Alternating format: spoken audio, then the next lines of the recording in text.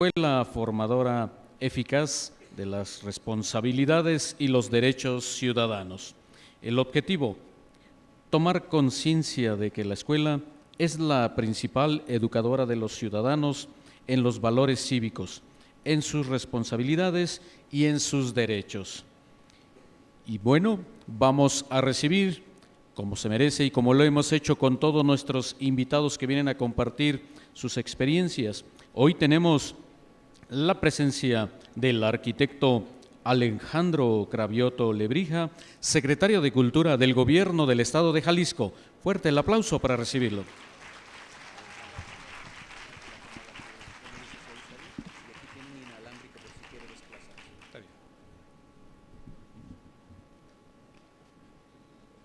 Muy buenos días, muy queridos, estimados maestros.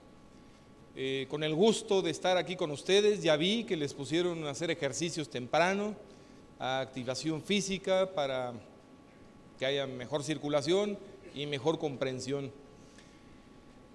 En este tema que hoy aquí está planteado, el de la importancia fundamental de la educación y formación cívica en el aula, en la escuela, déjenme les comento que seguramente todos ustedes tendrán mucho mayor experiencia, capacidad, información en ese tema.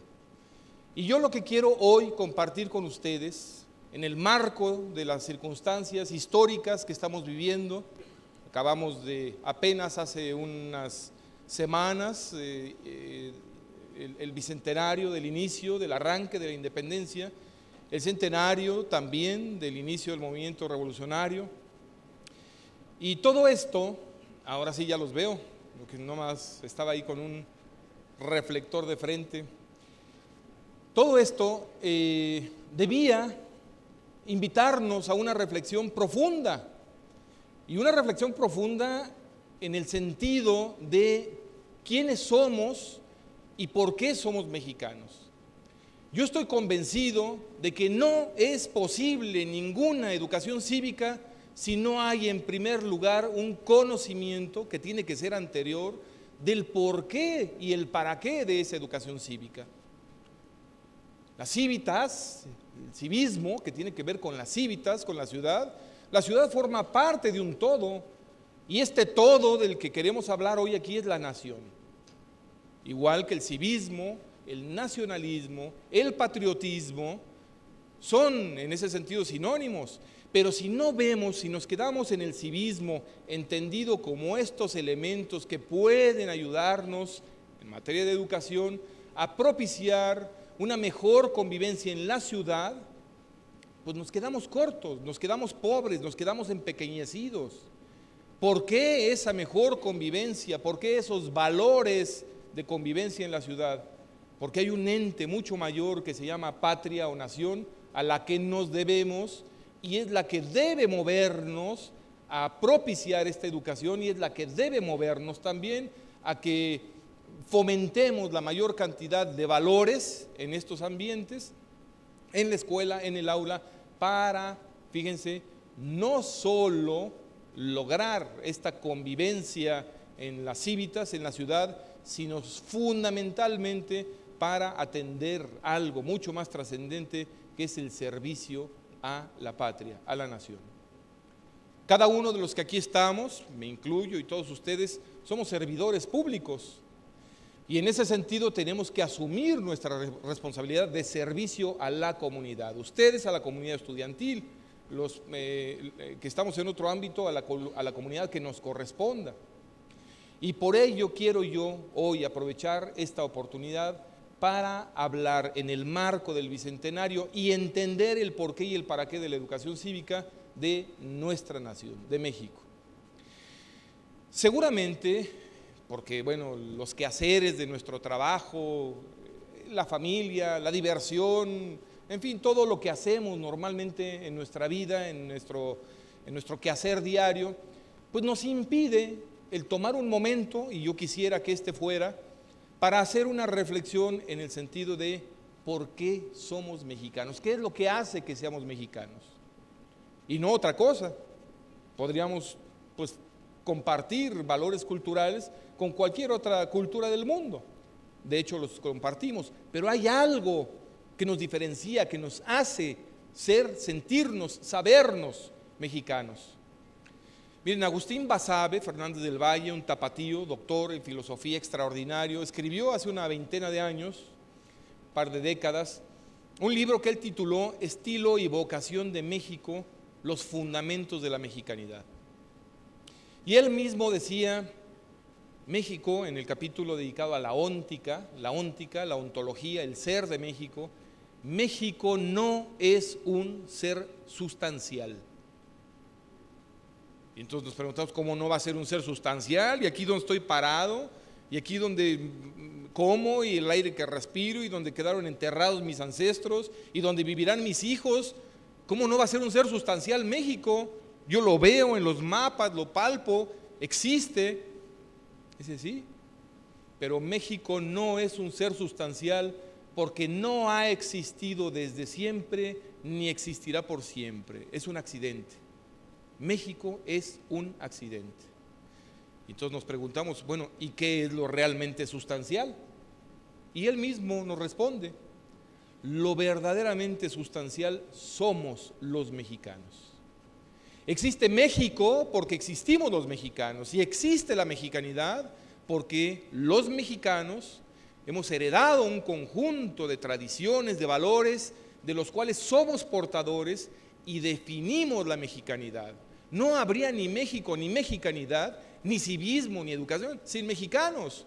Lo verdaderamente sustantivo somos las personas que en este ámbito físico y en este tiempo vivimos determinados valores en comunidad y le damos estilo y vocación a México.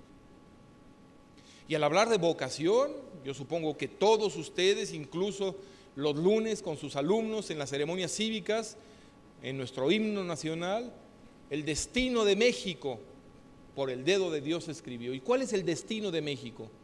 ¿A dónde está destinado nuestra nación? Cuando se habla de un destino, se habla de un futuro. Cuando se habla de vocación, vocare, llamado, ¿hacia dónde está llamado México? ¿A ser lo que hoy es? Hoy en la mañana escuchaba en las noticias 64,000 vehículos robados en lo que va del año, reportados en la República Mexicana. Casi 30,000 ejecuciones o asesinatos en lo que va de esta administración. Es realmente terrible. Esa es la vocación de México. A eso estamos llamados. Pero si no sabemos cuál es esa vocación, sobre todo los formadores, los educadores, los padres de familia, ¿hacia dónde vamos a dirigir nuestros esfuerzos educativos para concluir, para que pueda ser concluyente este trabajo y orientarlo todo hacia el cumplimiento de la misión y de la vocación de México? ¿Cómo vamos a descubrirla? México es una nación, ya vimos, es un accidente, pero es una nación. ¿De dónde viene el término nación? Nación, ¿a qué le suena? A nacimiento, claro. El origen etimológico del término es natio, con lo que se nace. Patria, padres. Es decir, la nación y la patria es este ente accidental, ya lo vimos, pero que tiene una referencia histórica, un pasado, una herencia, lo que hemos recibido de nuestros padres y con lo que hemos nacido. Por eso hay patria y por eso hay nación. La nación, las naciones, dice Blondel, esto es hermosísimo, dice, tienen que ver con las tumbas y con las cunas. Con las tumbas porque es la referencia al pasado, a nuestros ancestros, los que nos han antecedido, de quienes hemos heredado ese conjunto de valores. En un congreso de valores no podemos ignorar este pasado, son valores que hemos recibido. Y con las cunas porque es la referencia al futuro. Una nación que no tiene cunas está destinada a desaparecer. Y yo les aseguro que si no se modifican sustancialmente las condiciones de índice de natalidad que están por debajo del 1%, que es la tasa de recambio en Suecia, en Holanda, en Alemania, esas naciones están destinadas a desaparecer. Algo terrible, hace unas semanas escuché, ¿cuál es el sitio más peligroso para la vida humana hoy día? ¿Saben qué? El vientre de una española. Terrible. Los índices de aborto en España han superado cualquier expectativa. Esas naciones no tienen futuro. Una nación en donde hay esta referencia al pasado en las tumbas y que tiene cunas, es una nación con futuro, con esperanzas de ser. A diferencia de los estados, fíjense, para que exista un estado, todos lo sabemos, se requieren 5 condiciones: territorio físico, población, gobierno legítimo, corpus jurídico, una legislación que rija las relaciones entre gobernados y gobernantes y entre la sociedad, y por último una finalidad, que puede ser en un concepto marxista del Estado, la sociedad sin clases, o en otro concepto el bien común, público y temporal. Sin embargo, las naciones son de carácter mucho más espiritual. No requieren incluso en ocasiones, fíjense, no requieren incluso de territorio. El Estado judío, por ejemplo, el Estado judío tiene poquito más de medio siglo de haberse conformado como Estado, Israel, pero el pueblo judío tiene 3 milenios de ser una entidad, una comunidad cultural y de vida con ideales espirituales.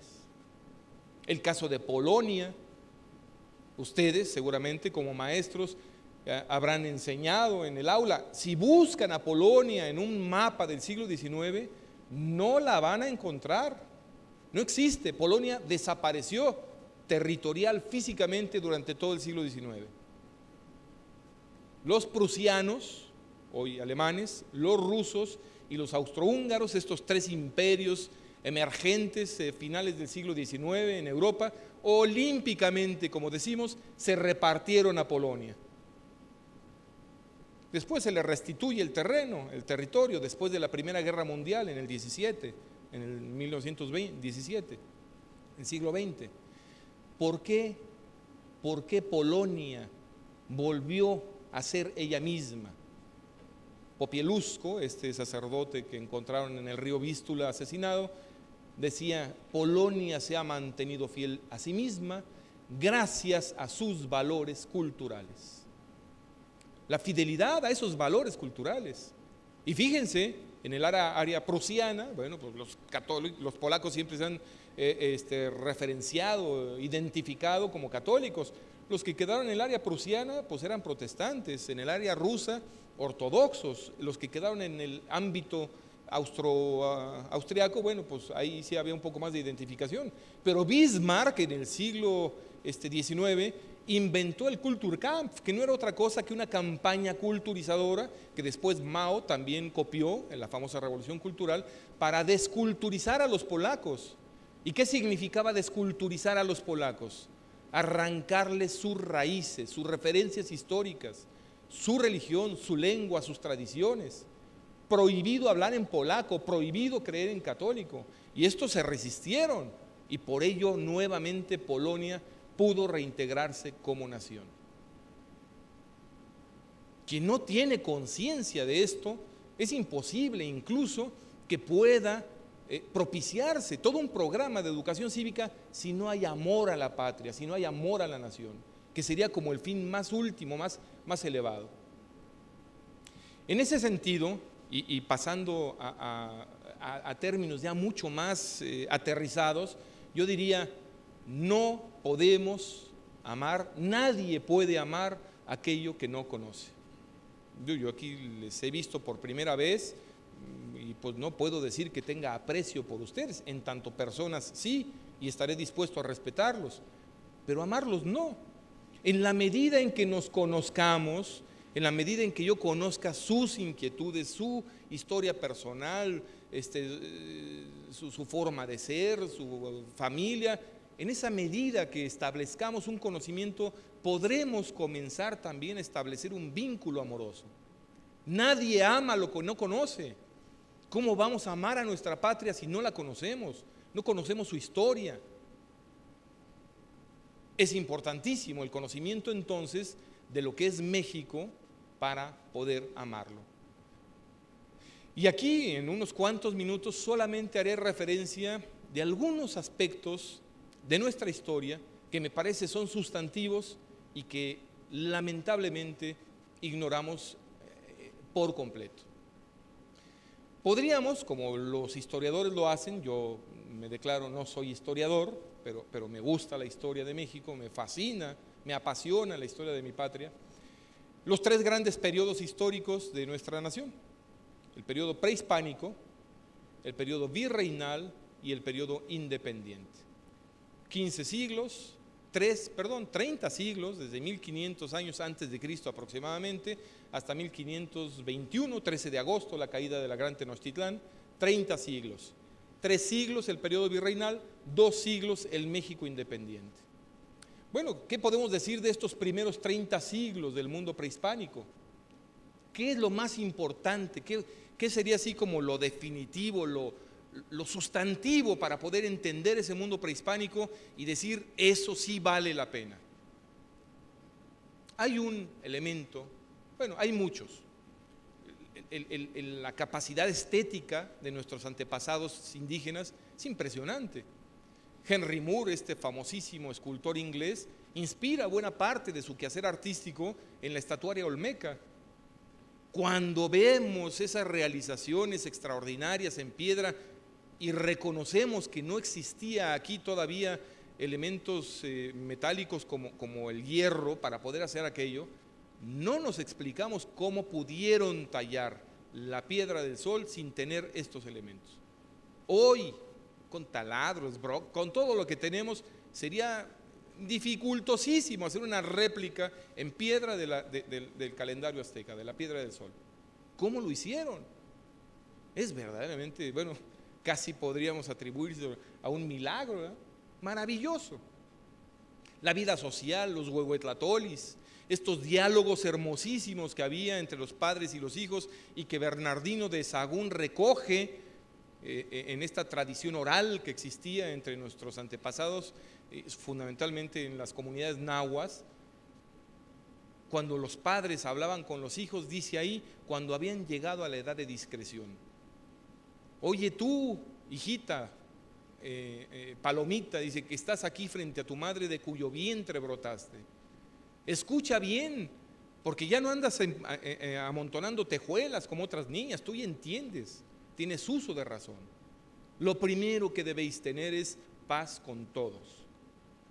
Despiértate a medianoche, no seas dormidora, arrodíllate en el centro de tu habitación y rézale al Dios Todopoderoso, Intloquinahuaque.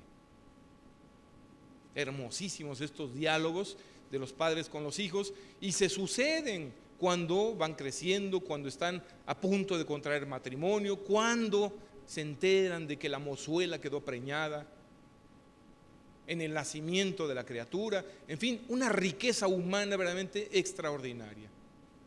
Pero más allá de eso, y es algo que me parece que debemos exaltar, que debemos reconocer y de lo cual debíamos sentirnos profundamente orgullosos, es la filosofía nahua.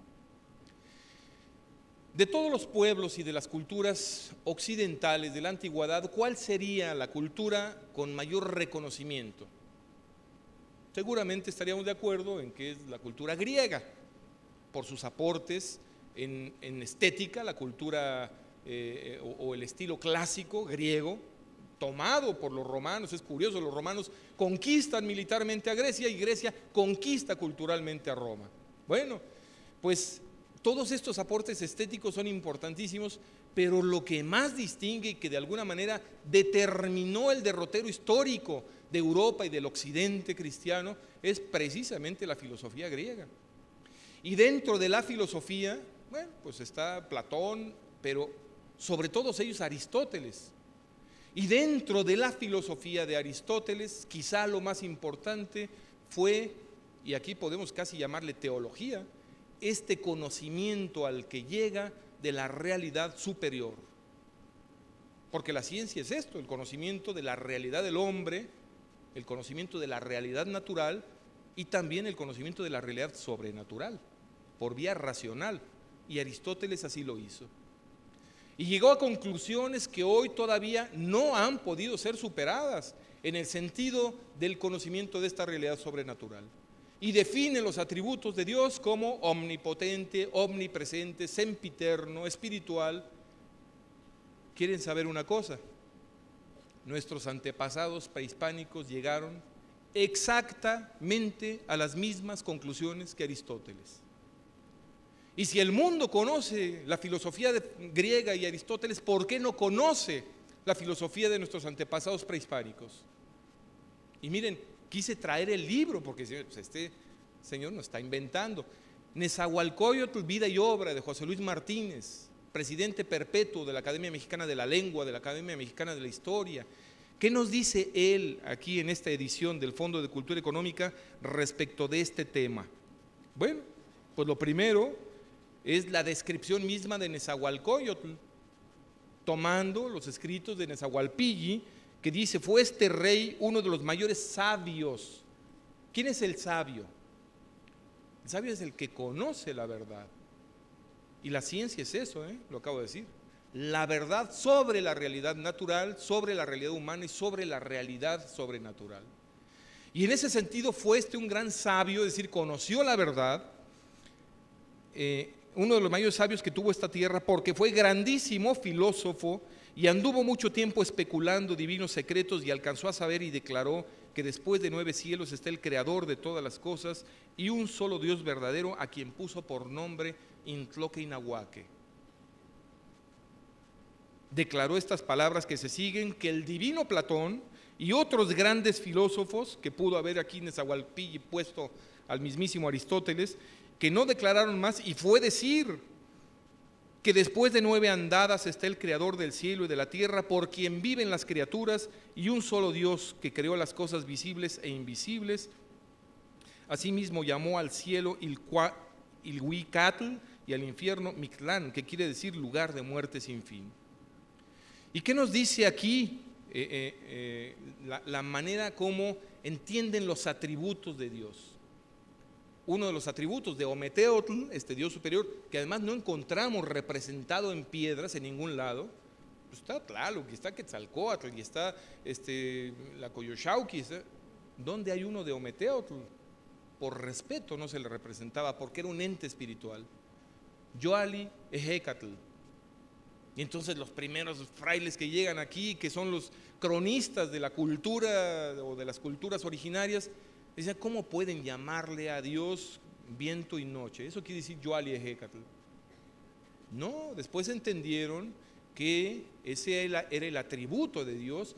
Yoali Ejecatl en náhuatl es viento y noche. Es decir, que Dios es como el viento y como la noche, es decir, invisible e impalpable. No se puede coger, no se puede ver, no se puede tocar. Intloque-Inahuaque, el dueño del cerca y del junto, o en quien cabe está el ser de todas las cosas. Y Palnemohuani, aquel por quien se vive, según Clavijero, o el dador de la vida. Moyocoyani, esta es hermosísima, el que se inventa a sí mismo, es decir, que no ha sido creado y por tanto no tiene principio, es eterno. Estos conceptos de la filosofía nahua, de la filosofía prehispánica, debían ser profundamente conocidos y difundidos, y debíamos sentirnos profundamente orgullosos de ellos. Pocos pueblos en la historia de la humanidad han llegado a estas conclusiones, y aquí llegaron. Y yo pregunto, ¿por qué no se enseña esto, que es la mayor riqueza a la que pudimos acceder en términos de sabiduría y de conocimiento, a los niños desde la primaria? ¿Quién, díganme aquí, quién de ustedes lo aprendió y lo enseña en sus aulas? Es absurdo, es verdaderamente absurdo, increíble. 200 años de ser orgullosamente mexicanos. Los elementos de nuestro orgullo aquí están. Y esto, obviamente, hacía a Nezahualcóyotl que operara como rey, como profeta, como sacerdote en Texcoco, rey de Texcoco. Y obviamente su poesía, les recomiendo este libro, es hermosísimo. Amo el canto del cenzontle, pájaro de 400 voces. Amo el verde del jade y el enervante perfume de las flores, pero amo más a mi hermano, el hombre. Si esto no es una auténtica escala de valores, pues díganme qué cosa es. Escala de valores. Escala de valores. Hay muchos valores, pero hay escala de valores. Lo más importante es el hombre, por encima de la naturaleza. Amo el canto del cenzontle y el verde del jade y las flores. Lo más importante, amo más a mi hermano el hombre.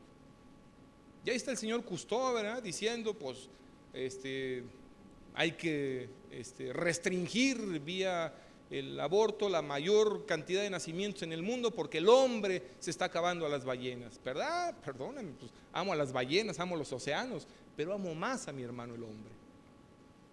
Escala de valores. El mismo Nezahualcóyotl en sus 40 normativas, bueno, pena de muerte, fíjense, al que cometiese el pecado nefando, y a uno de sus hijos lo ejecutó. ¿Cuál es este? Pues el pecado contra natura, la falta contra natura. Y el castigo era terrible.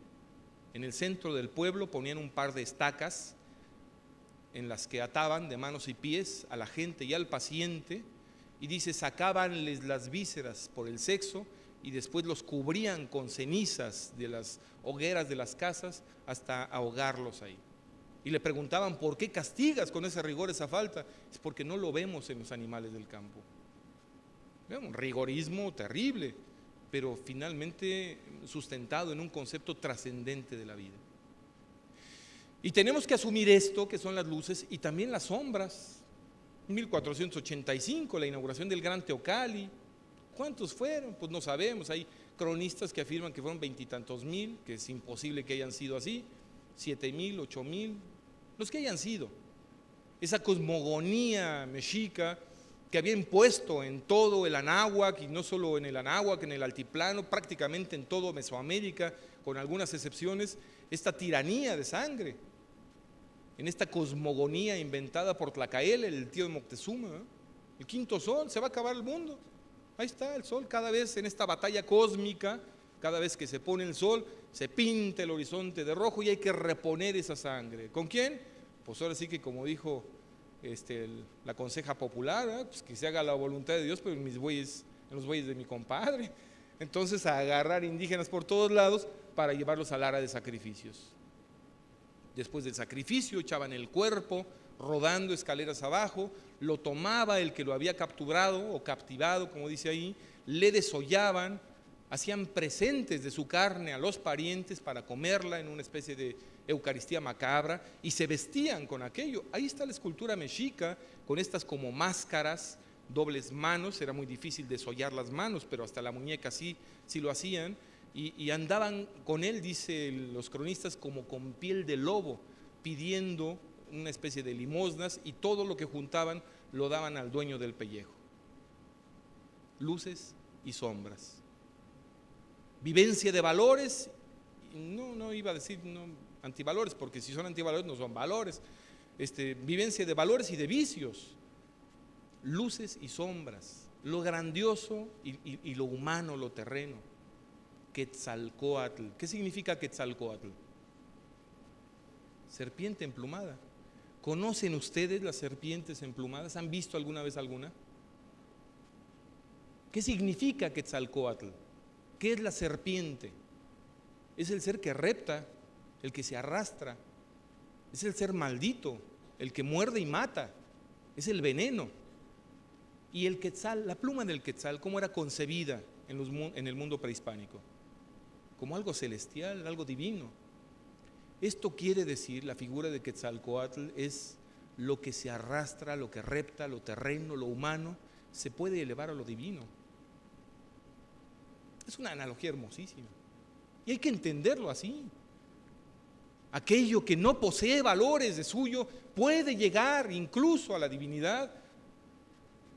Claro, se requiere un esfuerzo, se requiere un camino, una ascesis para lograrlo. Eso es Quetzalcóatl.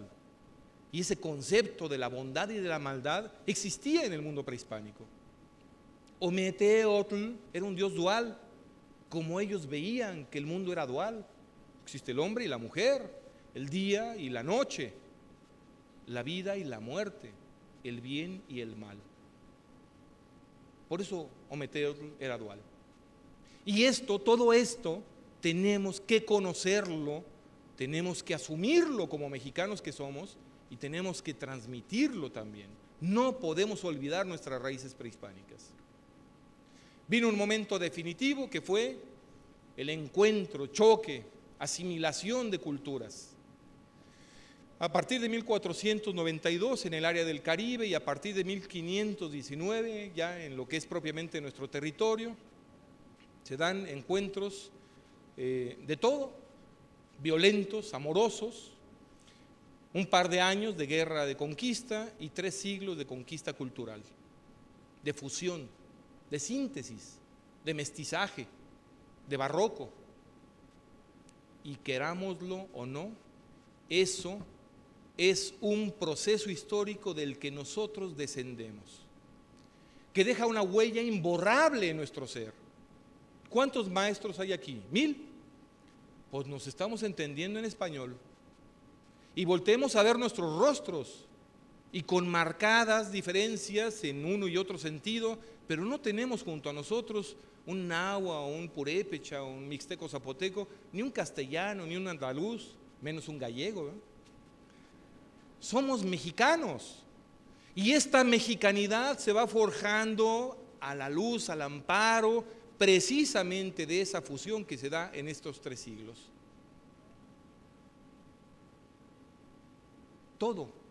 Toda nuestra cultura es mestiza. ¿Cuáles serían como los 3 elementos distintivos de la mexicanidad? Todo mundo aquí en Jalisco sobre todo los presume: el tequila, el mariachi y la charrería. Bueno, existiría estos mexicanísimos elementos de orden folclórico y cultural. ¿Existiría la charrería sin el caballo andaluz, que aquí en la serranía se convierte en un animal de gran fortaleza para el trabajo en el campo y de la charrería? Pues no, y nos viene de España. No existía aquí el caballo. El tequila, pues sí, aquí podemos ver en Huachimontones las evidencias, los vestigios arqueológicos que muestran que nuestros antepasados prehispánicos cultivaban ya y asaban, por decirlo así, la piña del agave y lo consumían como fuente de calorías, de carbohidratos. Pero no existiría el tequila, el mexicanísimo tequila, sin el destilado europeo. El mariachi, algo más mexicano que el mariachi, que cuando estamos en el extranjero y oímos sus notas nos hace vibrar. ¿Existiría el mariachi sin la guitarra sevillana, sin el violín europeo? Pues sería imposible. Los tacos de carnitas, pues sí, el maíz es propio de aquí, pero el cerdo nos vino de Iberia. El chocolate, xocoatl, el cacao molido mezclado con agua, eso quiere decir chocolate, xocoatl, agua sucia, agua turbia. Pues sí, pero el azúcar nos viene de la caña de azúcar del África y la leche que le adiciona el español hacen el chocolate que hoy se consume en todo el mundo y se pide lo mismo en Japón que en Suecia, en náhuatl.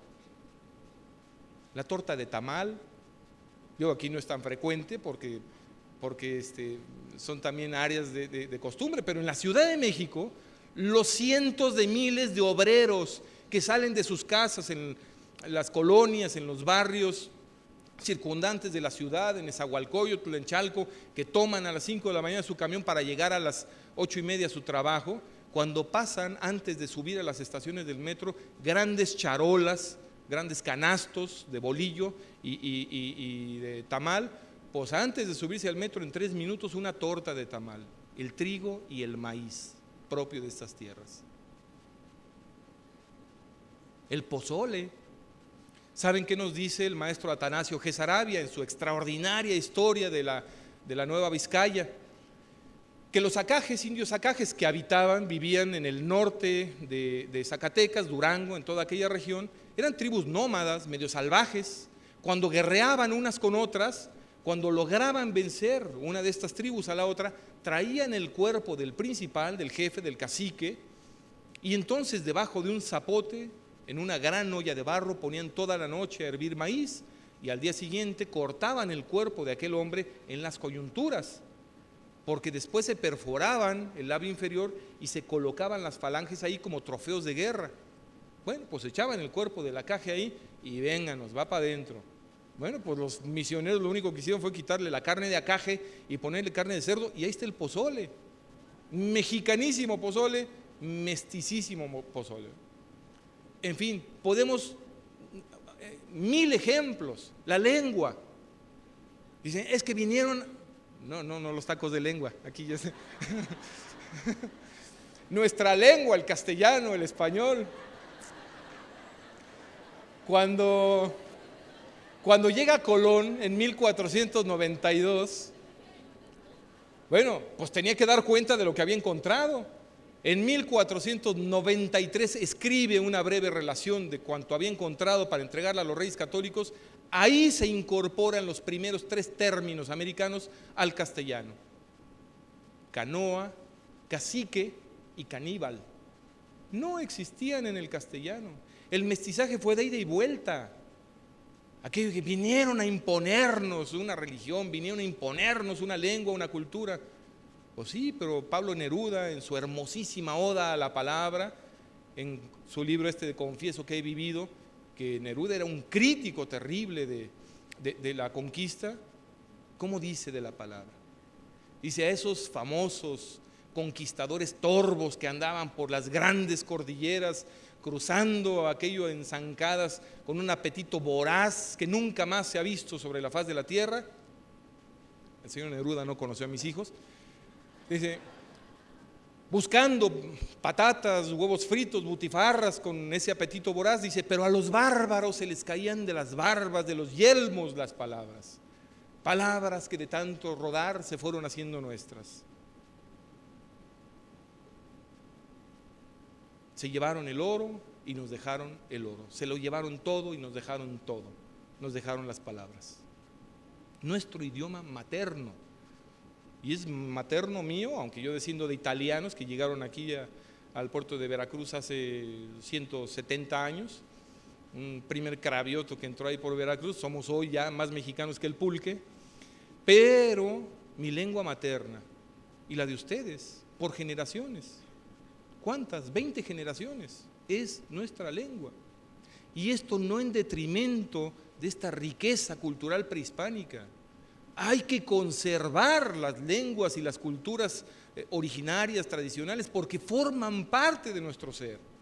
Es una gran riqueza que tenemos, esa pluralidad, no pluralismo, esa pluralidad cultural. México es un mosaico de culturas integrados en una unidad que se llama México. ¿Y qué más en este? Espérenme. Bueno. Muchas gracias. Decía un amigo, él sí historiador, doctor en historia, y esto en atención al momento mismo, aquí hay traducción, ¿verdad? De cuando fue la presentación y hubo algunos aplausos ahí, dice, si alguien me aplaude sin conocerme, sin haberme oído, yo pienso, pues este auditorio tiene fe. Si hay algún aplauso ahí intermedio, pues conservan la esperanza.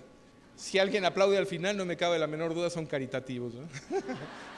Bueno, gracias. Entonces, en este periodo virreinal se va forjando la nacionalidad. No como un muégano. En un muégano ustedes ven las adiciones, sí saben todo lo que es un muégano, ¿verdad? Lo han comido. Bueno, en una síntesis diferente, nueva, genial, que va conformando una nueva nación. ¿Y saben quiénes son los primeros en darse cuenta de esto? Los jesuitas. Clavijero, que fue maestro aquí en la Real y Literaria Universidad de Guadalajara, Francisco Javier Clavijero, alegre, veracruzano extraordinario, políglota, astrónomo, antropólogo, filólogo, lo mismo hablaba a la perfección el latín, el italiano, el castellano, el francés, que el náhuatl y el mixteco zapoteco. ¿Quién conoce la vida de estos hombres?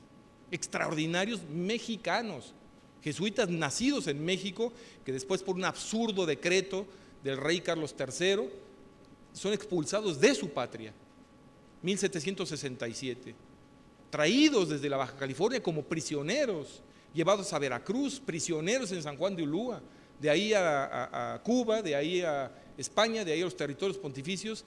¿Y saben quién da a conocer la riqueza de México en Polonia, en Alemania, en los territorios pontificios? Ellos. Hablaban ya de México como una nueva nación, una nueva nación. Dicen, no somos indígenas, no somos españoles, somos mexicanos.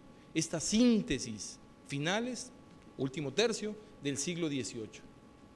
200 años de ser orgullosamente mexicanos. Pues ¿qué somos mexicanos a partir del grito de Dolores? Juan Ruiz de Alarcón, Sor Juana Inés de la Cruz, Sigüenza y Góngora, estos, Clavijero, Alegre, ¿no son mexicanos? Y faltaba medio siglo, un siglo para el grito de Dolores, mucho más de 200 años. Falta saber si verdaderamente, orgullosamente mexicanos. Bueno, en este periodo es cuando México se convierte, fíjense lo que voy a decir, en el corazón geográfico del mundo. ¿Por qué? Porque desde aquí se cumple el sueño, el anhelo de Colón, en el sentido de llegar viajando hacia el occidente, a Zipango, a Japón. Todas las embarcaciones que desde el mismísimo Cortés intentan llegar allá, bueno, pues no lo logran, o lo logran, pero lo que no logran es regresar, hasta que finalmente, partiendo de aquí, de las costas de Jalisco, del puerto de la Natividad, hoy Barra de Navidad, Andrés de Urdaneta y Legazpi logran, subiendo en el paralelo, hasta el paralelo 44, tocan prácticamente Vancouver, hoy frontera de Estados Unidos con Canadá, y bajan en un viaje de cabotaje hasta el puerto de Acapulco. 5 meses de travesía. Cuando llegan al puerto, dicen las crónicas, que el único que iba al mando del timón era Urdaneta fraile agustino, había dado la vuelta al mundo con Juan Sebastián Elcano, y le pide el rey Felipe II que acompañe a Legazpi para por experiencia naviera que tenía. Sale del convento, le pone condiciones al rey, y es llevar a sus hermanos de orden para la evangelización de las Filipinas. Bueno, pues llega y tuvo que subir gente de puerto porque no tenían fuerzas ni para echar anclas. Pero a partir de entonces, 1565, se establece un periplo por el Pacífico desde México que completa esta circunnavegación mundial. Todo lo que venía de España e iba al oriente tenía que pasar necesariamente Veracruz, México, Acapulco. Y todo cuanto venía de oriente, especierías, marfiles, sedas, gente, tenía que pasar por México. Esto va conformando nuestro carácter universal.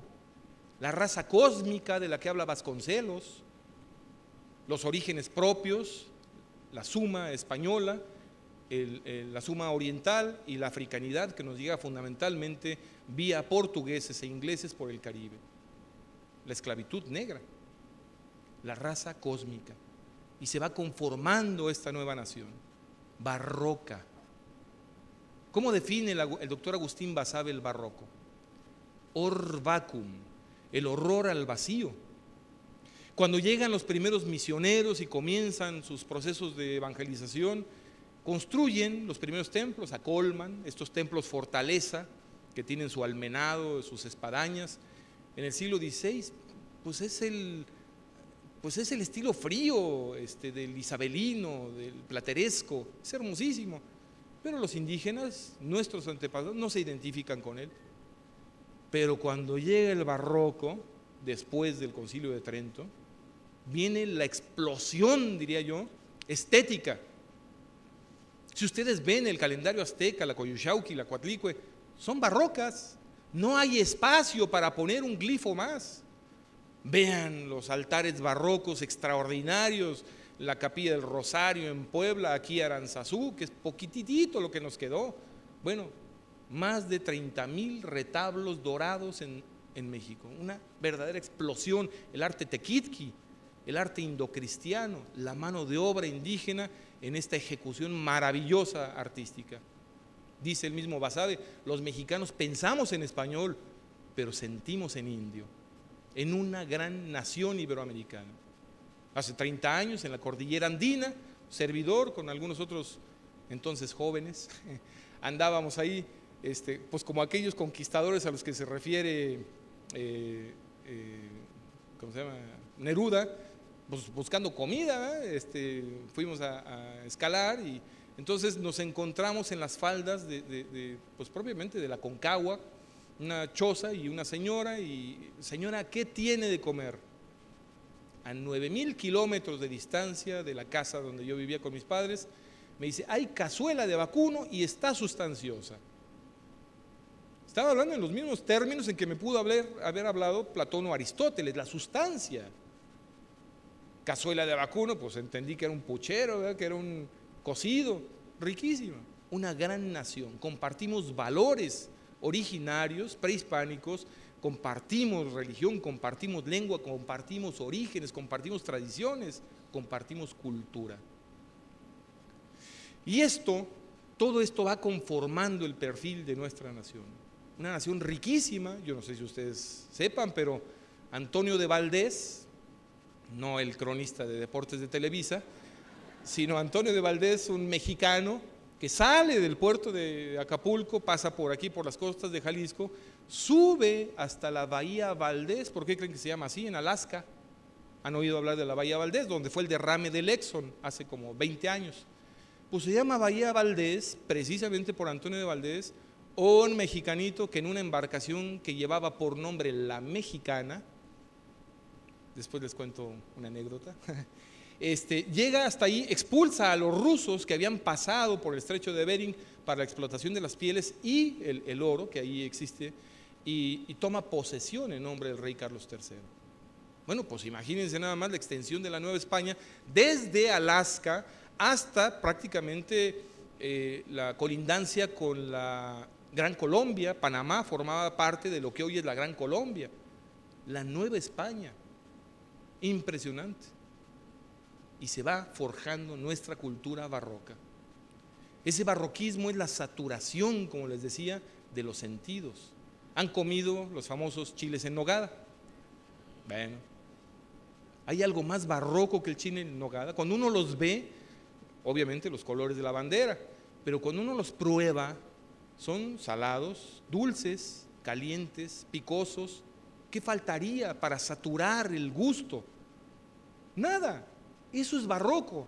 Nuestra forma de hablar, nuestra forma de ser, nuestra forma de sentir es barroca y es fruto de esta suma, de esta adición de elementos humanos y culturales que a lo largo del tiempo se fueron dando. Pero llegó un momento en que la criatura creció. Este México que concebían los jesuitas fue creciendo, fue evolucionando, fue madurando, fue tomando conciencia de su ser, de su existencia. Y por tanto, pues ya el gobierno de los déspotas ilustrados, Borbones, pues como que no nos caía del todo bien, aquellos llenos de holanes y, bueno, ya ni siquiera los virreyes eran españoles, el marqués de Croa, el marqués de Branciforte, Bucareli, molestaba ya aquello, el dominio político de una nación por otra nación que en este caso es España. Esto es el último tercio del siglo XVIII, y no es lo mismo el gobierno de los Austria que el gobierno de los Borbones. Ya en el gobierno de los Borbones, este dictado de Carlos III expulsando a los jesuitas, le preguntan las razones y dice, las razones me las guardo en mi real pecho. Y como al señor no le hicieron una autopsia, pues las razones se fueron a la tumba, ¿verdad? Y cuando llega la orden de expulsión de los jesuitas a la Nueva España y el marqués de Croa la ejecuta, le dicen, oye, espérame, pues son mexicanos, ¿cómo los van a expulsar de su patria? Acuérdense que los súbditos han nacido para callar y obedecer. ¿Ustedes creen que vamos a querer un gobierno así? Por supuesto que no. Una poesía de Alfonso Cravioto, mi bisabuelo, haciendo referencia al caballito de Carlos IV de Tolsá, que está frente al Palacio de Minería y frente al Munal en México, decía, el virrey más podrido, marqués de Branciforte, quiso a un rey imbécil adular y diligente mandó sus permisos a la corte para que regia estatua se pudiera aquí alzar. Y en conjuro de contradicciones, Tolsá, que moldeaba bronces con majestad, hizo el monumento del genio a la imbecilidad, refiriéndose obviamente al monumento de Carlos V. Gracias, muchas gracias. Bueno, se va conformando México entre luces y sombras, y ahí, igual que en el mundo prehispánico, tenemos que asumirlas ambas. La violencia, la misericordia de los misioneros, la violencia de los conquistadores, asumirlas ambas, porque forman parte de nuestro ser. No podemos dejar en una actitud discriminatoria fuera lo malo y solamente asumir lo bueno. No, también todo forma parte de nuestra historia y de nuestro ser. Y debemos conocerla, asimilarla y asumirla. ¿Qué pasa? Y aquí voy a entrar en terrenos que a lo mejor, bueno, ¿qué pasa con un niño de quinto, sexto de primaria? Aquí hay maestros de Tepa, a ver, levanten la mano, de Arandas, de San Julián, de Jalostotitlán. Por cierto, es el único nombre de una población de México que aparece en la Biblia, ¿sí saben? Cuando dice nuestro Señor, déjalos que vengan a mí. Déjalos que vengan a mí. Bueno, pues resulta que ¿qué pasa con un niño de cualquiera de estas poblaciones, de cualquier población de los Altos o de Jalisco, que le dicen en su libro de texto, México fue ocupado por una nación extranjera, 1521, nos derrotaron, y nos ocuparon durante 3 siglos, nos impusieron aquí un yugo de esclavitud, de explotación, de muerte, y finalmente el cura Hidalgo, después de 3 siglos, levanta la voz para que volvamos a ser libres. Bueno, pues el niño, si es estudioso, lee su libro de texto, llega a su casa, se ve al espejo, dice, o sea que como dicen los jóvenes, ay güey, pues indio no soy, estoy blanquito, hablo español, creo en católico, me apellido Gómez, González, Jiménez, López, Ruiz. Esta población la fundaron andaluces, el principal monumento de mi pueblo es la parroquia, y entonces vienen los conflictos de identidad. Me están diciendo que soy lo que no soy. ¿Cómo voy a aceptarme? ¿Cómo voy a aceptarme en lo que soy si me están diciendo que soy un fruto indeseado de un periodo de historia de México? Es terrible. Y miren, aquí me voy a permitir leer a Octavio Paz, porque digo, yo no soy autoridad en la materia, él sí. Fíjense lo que les voy a decir. Les va a llevar en esta conferencia 5 minutos conocer lo que a Octavio Paz le llevó 50 años de estudio. Él escribe esto en 1985, en el 5º centenario del natalicio de Hernán Cortés. No lo escribió en sus primeros años, lo escribió en 1985 cuando era un hombre intelectualmente maduro, y esto que les voy a decir se los digo porque él tenía autoridad moral y autoridad intelectual suficiente para decirlo. Perdón, está aplicado, insisto, a Hernán Cortés, aplíquenlo a quien quieran, a Porfirio Díaz, a Iturbide, a Miramón, a todos los que han quedado relegados en la historiografía nacional. Dice Octavio Paz, la figura de Hernán Cortés ha provocado siempre los sentimientos y los juicios más contradictorios. Desde sus contemporáneos, Bernal Díaz del Castillo y Francisco López de Gómara, hasta los historiadores y biógrafos que los han sucedido durante 4 siglos, nadie ha escapado a una fascinación que va de la idolatría al aborrecimiento. Me voy a saltar muchas frases, únicamente lo sustantivo. Dice, la historia de Cortés es un fragmento, pero un fragmento central en la historia de la Edad Moderna. También a veces parece una epopeya fantástica. El sitio de Tenochtitlán y el heroísmo de sitiadores y sitiados tienen una grandeza más épica que histórica, es Troya. Al mismo tiempo, la significación filosófica de este hecho, el choque de 2 civilizaciones, hace pensar no en Homero, sino en Gibbon o en Hegel. Cortés ante Moctezuma es Alejandro ante Darío. su diplomacia y sagacidad, al unir a las naciones indias en una batalla contra el opresor Estado azteca, parecen inspiradas en las máximas de Maquiavelo, a quien nunca leyó. Sin embargo, Cortés es una figura renacentista solo por un costado, por el otro es medieval. Fue siempre un vasallo leal, también fue un creyente fervoroso, y esto lo distingue de otros grandes capitanes incrédulos como Condé o Bonaparte. Fue guerrero, político, diplomático, aventurero, ávido de riquezas y de mujeres, católico, devoto. Cortés fue también un descubridor, literato, urbanista, un fundador de ciudades. Fue un hombre extraordinario, un héroe en el antiguo sentido de la palabra. A Cortés no es fácil amarlo, pero es imposible no admirarlo. La figura histórica de Cortés despierta y soporta los juicios más diversos y las comparaciones más osadas. Pero ¿y su mito? Y aquí pone el dedo en la llaga. Dice, porque Cortés es un mito. A diferencia de los personajes históricos, que son complejos y ambiguos como la realidad misma, los mitos son simples y unívocos. De ahí que las pasiones que convocan sean directas, fervientes y no pocas veces feroces. El mito de Cortés es un mito mexicano y es un mito negro, negativo. Por lo primero es casi incomprensible para los extranjeros, por lo segundo se asemeja a una herida enconada. Cortés es el emblema de la conquista, no como un fenómeno histórico que al enfrentar a dos mundos los unió, sino como la imagen de una penetración violenta y una usurpación astuta y bárbara. Con la conquista, rapacidad, doblez, crueldad, comienza la opresión y la injusticia. Y en esta peculiar lógica del mito, hecha de oposiciones simétricas, la conquista simboliza el comienzo de la dominación y la independencia el principio de la libertad.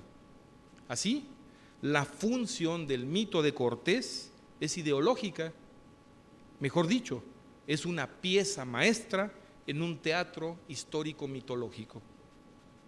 En sus orígenes, el mito de Cortés fue inglés, francés, holandés. En el siglo XIX los liberales mexicanos lo retoman, en el siglo XX los indigenistas. Me salto todo eso, pero dice, el mito nos presenta un conflicto sin desenlace. Se combate sin cesar a sí mismo, sin lograr nunca una victoria ni una derrota definitiva. Es el emblema de la contradicción. Fíjense, analicémonos, veamos nuestra sociedad, nuestras familias. Es el emblema de la contradicción. Por eso es un mito estéril. El carácter ideológico del mito de Cortés es evidente. Fue el arma de combate de un partido. Pero esas luchas pertenecen al pasado. Hoy el mito pelea contra fantasmas. Aparte de su irrealidad, el mito es nocivo, porque en lugar de unir, divide a las conciencias. Su función es exactamente contraria a la del Cid, que fue un mito fundado en un personaje histórico no menos, sino más dudoso que Cortés. Pero en tanto el Cid unió a los españoles, Cortés divide a los mexicanos, envenena las almas, alienta rencores anacrónicos y absurdos. El odio a Cortés no es odio a España, es odio a nosotros mismos. El mito nos impide vernos en nuestro pasado y sobre todo impide la reconciliación de México con su otra mitad. El mito nació de la ideología y solo la crítica de la ideología podrá disiparlo. Cortés debe ser restituido al sitio al que pertenece, con toda su grandeza y todos sus defectos, a la historia. Apenas Cortés deje de ser un mito ahistórico y se convierta en un personaje histórico, los mexicanos podremos vernos a nosotros mismos con una mirada más clara, generosa, serena. Esta tarea de crítica equivale a una cura moral y debe ser emprendida por aquellos que son los herederos directos de los creadores del mito, los intelectuales y la actual clase gobernante mexicana. El dedo en la llaga. Todos ustedes, todas ustedes, seguramente, al pasar lista en sus colegios, se dan cuenta cómo el problema de identidad, ¿con qué nos identificamos? Perdonen lo que si hago aquí alguno. Irving López, ¿no? Jessica Martínez. Es que no hay identidad, no hay el aprecio a nuestro pasado, a nuestros valores. Estamos buscando en otras latitudes elementos de orden cultural porque no reconocemos, no amamos a los propios. Miren, antier fui a dar una conferencia a Guanajuato, también a maestros de la Secretaría de Educación. Me citaron a las 9 en el centro de convenciones, esta misma. Pues yo al 3 para las 9 estaba entrando al salón y ¿saben qué me encontré? Un salón vacío. Vacío. Tuvimos que esperar 45 minutos a que llegaran los maestros para iniciar la conferencia. En los Huehuetla, incluido el secretario de Educación que estuvo aquí a mi izquierda, en los Huehuetlatolis, yo aproveché leyéndolos. No perdáis el tiempo, le dice el padre a los hijos, que Dios nos da. Dije, y es más grave que perder el tiempo que Dios nos dio, hacer perder el tiempo a los demás. No somos dueños del tiempo. Ojalá pudiésemos copiar de otras culturas, porque la nuestra no es perfecta. Si vimos que los mexicanos es lo sustantivo y que México es un accidente y que nuestra cultura es fruto del quehacer de los mexicanos, bueno, pues los mexicanos no somos perfectos, poquito nos falta, pero no somos perfectos. Por tanto, algo que no es perfecto no puede producir algo perfecto. Ojalá copiásemos de otras culturas la disciplina del trabajo, la puntualidad, la honestidad. ¿Qué pasa si nos encontramos en un aeropuerto en el asiento de junto a un celular? Pero a mí así, sin que nadie se dé cuenta, ¿verdad? Y llega el dueño, el que lo olvidó y pues, quién sabe, ¿verdad? Nos hacen falta valores, nos hace falta ese civismo al que se refiere esta conferencia. Bueno, todo esto para decir que, bueno, finalmente viene el grito de Dolores. Y en este grito de Dolores, por ese repudio que yo ya manifesté hacia, fíjense, no hacia la cultura hispana, formaba parte sustantiva del ser de México, sino ese odio ya no, que ya me pasé media hora, no, que me quedan 5 minutos, vamos concluyendo. Ese odio, ¿le seguimos? Estamos en un pueblo democrático y aquí ustedes mandan, le podemos seguir. Bueno.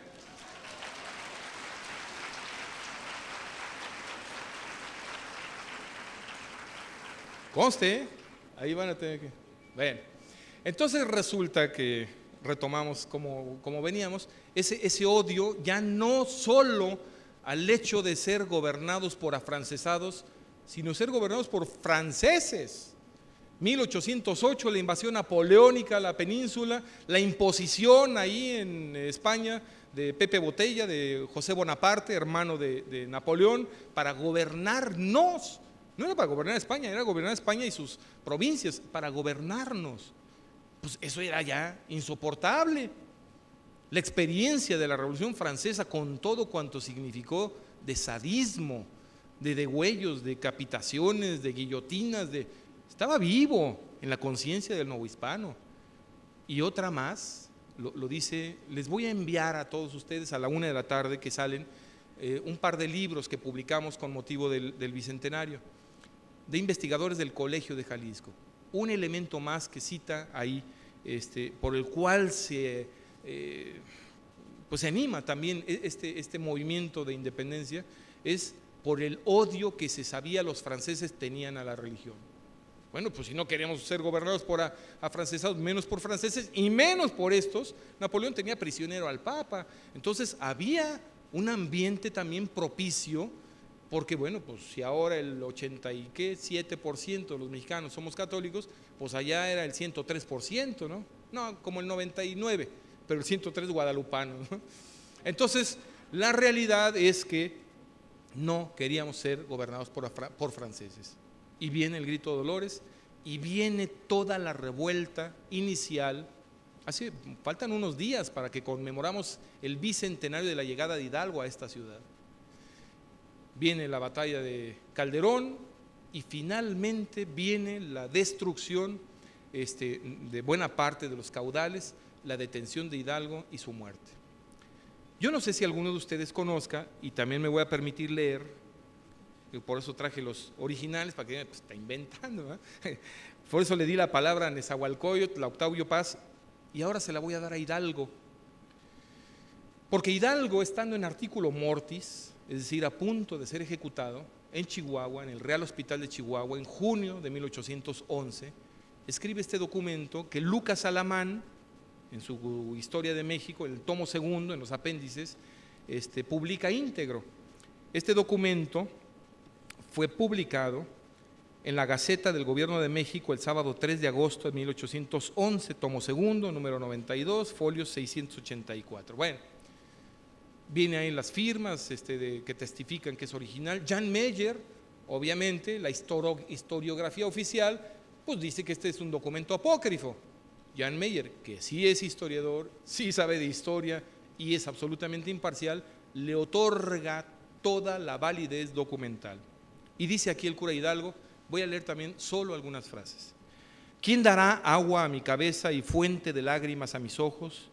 ¿Quién pudiera vertir por todos los poros de mi cuerpo la sangre que circula por sus venas, no solo para llorar día y noche los que han fallecido de mi pueblo, sino para bendecir las interminables misericordias del Señor? Mas ay de mí que no puedo espiar, hablando y desengañando al mundo mismo de los errores que cometí. Mis días, que con dolor los profiero, pasaron veloces. Mis pensamientos se disiparon casi en su nacimiento y tienen a mi corazón en un tormento insoportable. En medio de mis justas prisiones me presenta, como a Antíoco, los males que he ocasionado a la América. Aquí veo, no muy lejos de mí, el aparato de mi sacrificio. Exhalo cada momento una porción de mi alma y me siento morir de dolor de mis excesos 1000 veces antes que poder morir una sola vez, distante no más que un paso del tribunal divino. Luego erramos y hemos andado por caminos difíciles que nada nos han aprovechado.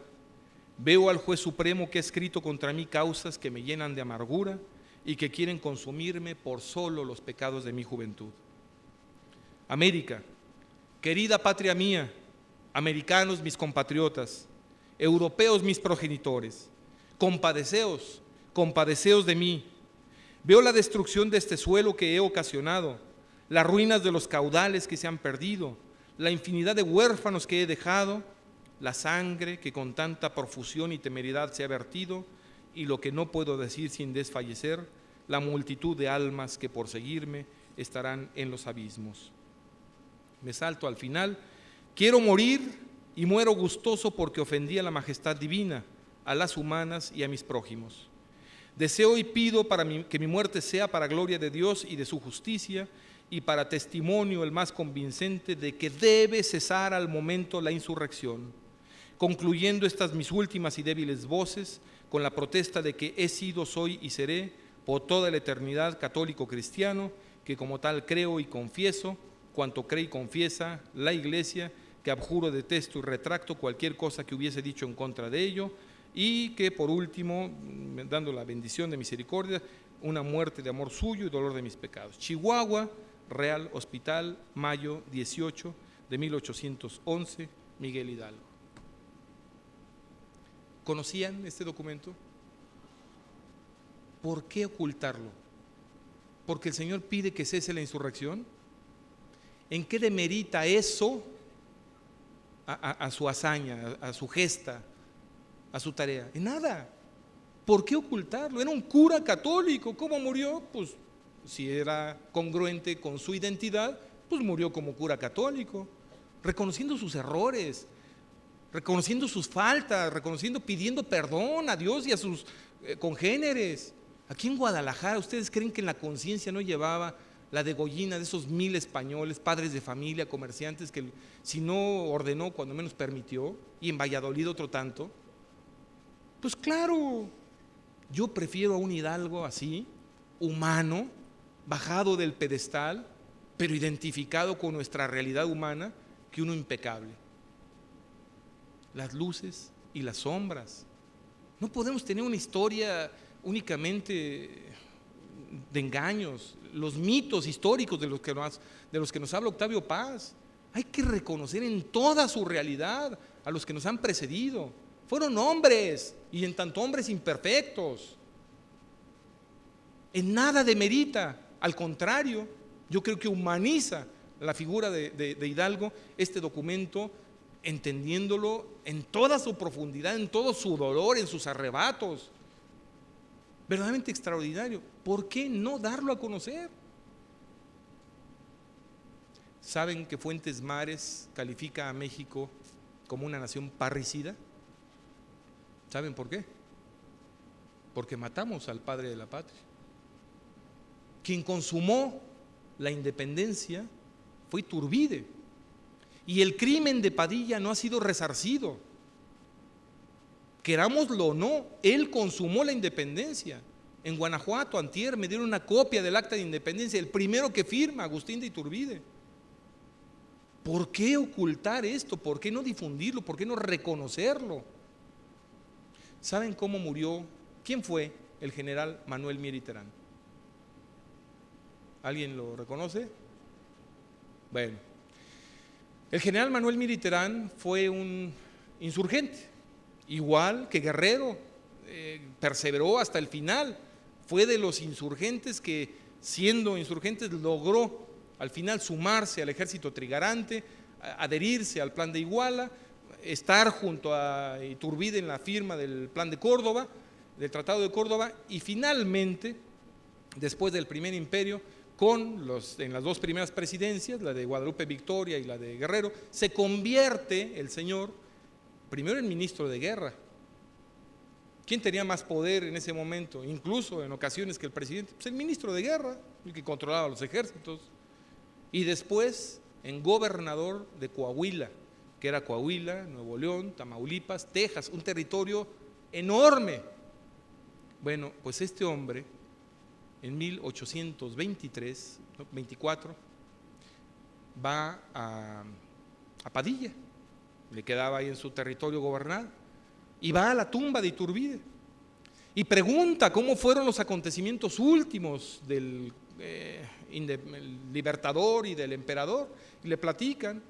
Se arrodilla, hace una oración, se va a la hacienda donde estaba hospedado, al día siguiente se pone sus mejores galas, va nuevamente a la tumba, saca su espada, coloca la empuñadura en una hendidura del sepulcro, del cementerio, coloca la hoja sobre su corazón y se lanza sobre ella.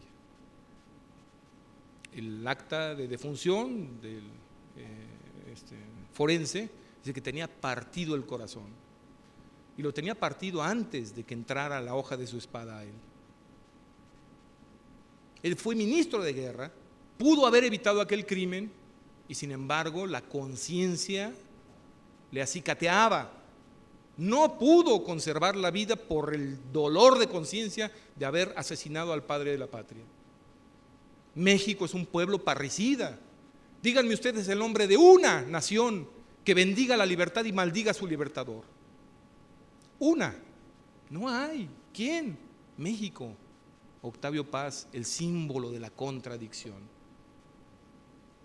No podemos seguir así. De ese mito histórico, ¿cómo vamos a enseñar civismo en la escuela si no conocemos, si no amamos? No se puede servir a lo que no se ama. Primero hay que amar a México para poderlo servir.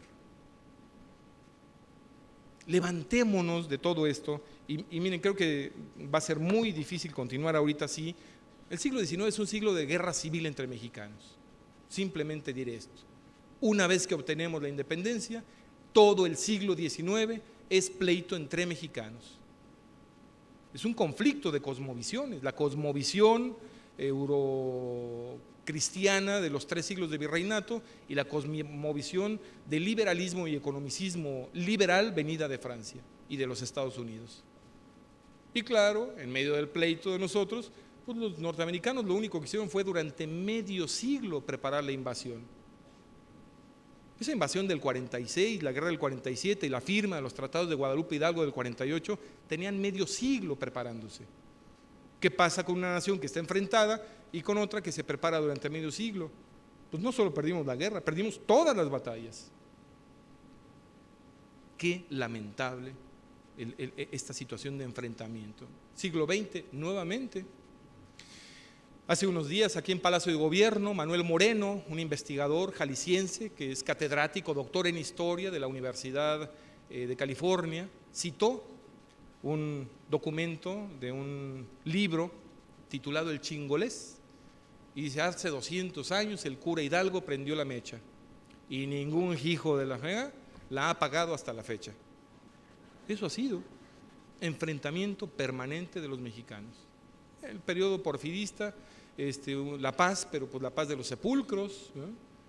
Progreso, con una gravísima diferenciación económica en la sociedad. En fin, yo querría concluir, y si hay tiempo todavía pasar algunas preguntas y respuestas, o preguntas y evasivas, con una poesía que me parece sintetiza todo cuanto aquí hemos dicho y que puede animarnos de fondo a conocer, amar y servir a nuestra patria. Es de una mujer, además, aquí predominan las damas y me da gusto decirles que es de María Eugenia Imant y se llama ¿Por qué tú, mexicano? ¿Por qué tú, mexicano, raza nueva, reniegas con furor contra tu sangre hispana y al mismo tiempo discriminas ciego a la otra parte de tu ser, al indio? ¿Qué atávicos principios te encadenan o qué extrañas teorías te han inculcado para que borres de un plumazo artero la epopeya grandiosa de la conquista, que de dos rostros magnos cinceló tu rostro? Cuauhtémoc y Cortés, los dos extraordinarios, el primero sublime en su derrota, el segundo magnífico en su triunfo, constituyen ambos la nación pujante que hoy tú reverencias, mas sin saber la causa. Y debes aprender a hablar de uno sin insultar al otro, que es blasfemia, pues de ellos surgió tu raza nueva que pronuncia la lengua de Cervantes con el acento suave del dialecto indígena. Eres el único pueblo de la América Ibera, heredero escogido de la Hispania gloriosa, que niega rotundo estar encadenado a las culturas del Mediterráneo y se ignora por qué, contradictorio, suspiras porque no se arrasó con el de bronce. ¿Es que acaso no eres parte y parte? Es así que teniendo dos pasados heroicos, dos glorias, las has negado a las dos y te quedas inerme, huérfano, inexplicable de eminentes padres. Que las plantas desnudas de los frailes primeros conmuevan tus entrañas, te trajeron la fe, mas no olvides tampoco las plantas bronceadas ni el ojo de obsidiana que es parte de tu ser. Y no cometas nunca el error tan trillado de creerte heredero de pueblos conquistados, pues lo eres también directo de conquistadores. Si las dos grandes ramas de tu árbol genealógico serenas enaltecen tu sino, qué insensato es negarlas, te quedas inferior. Supera, mexicano, falsedades históricas, encuéntrate a ti mismo, resuelve sin rencores ese problema interno y entonces, sí, orgulloso, yérguete frente al mundo con la frente muy alta, pues pocos pueblos tienen tu pasado increíble y por varias centurias México fue el líder indiscutible de civilización. Muchas gracias.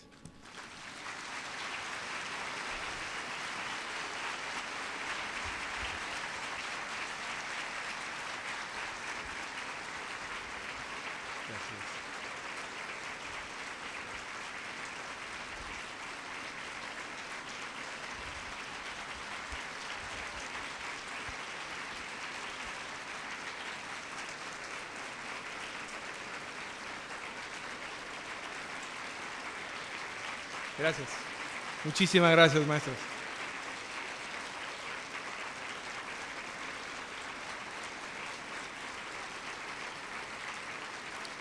No me cabe duda, son caritativos. Gracias, muchísimas gracias. El aplausómetro fue muy generoso. Bueno, buenos días. Primero quiero felicitar a todos los que estamos aquí por la suerte que tuvimos de escuchar su conferencia, que fue muy interesante.